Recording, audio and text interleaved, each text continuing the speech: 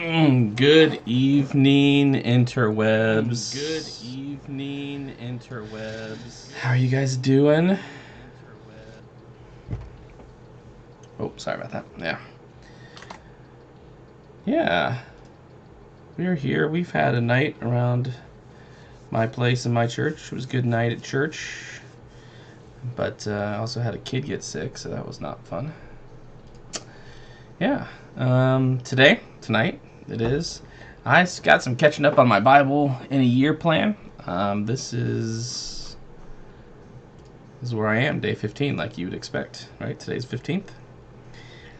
So I got that to do. I'd love to get a day ahead in that, and I would love to pause and chat with y'all and talk about Jesus in real life. But if it's just me reading the Bible, that's what I should be doing anyways. So let's go ahead and get to it.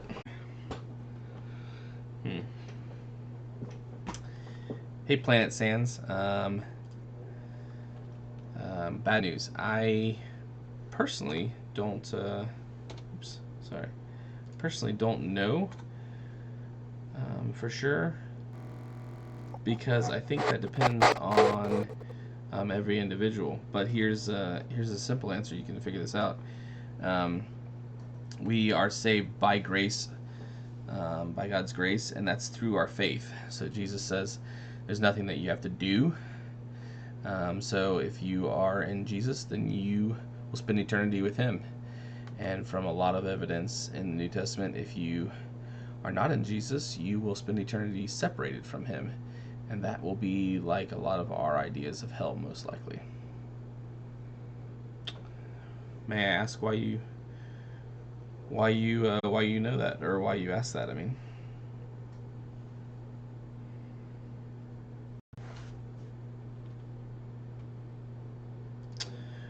you're an atheist, so will you go to hell?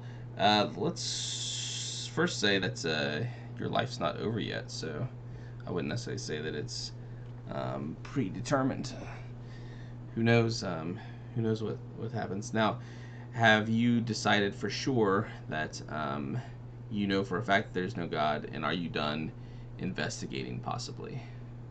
Or is there still a possibility that right now you don't believe that there's a God, but you could have an open mind enough at some point in your life to be convinced otherwise?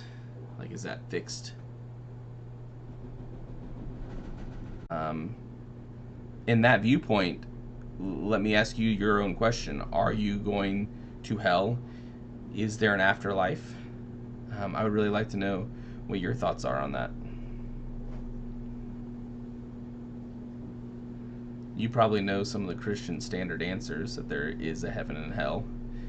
And that, I'm sure you know the John 3:16, that God so loved the world that He gave His only Son, that whoever believes in Him will not perish, but will have eternal life. I bet you know. I'd love to hear like how you came to your conclusions about atheism, because there's always a story behind it.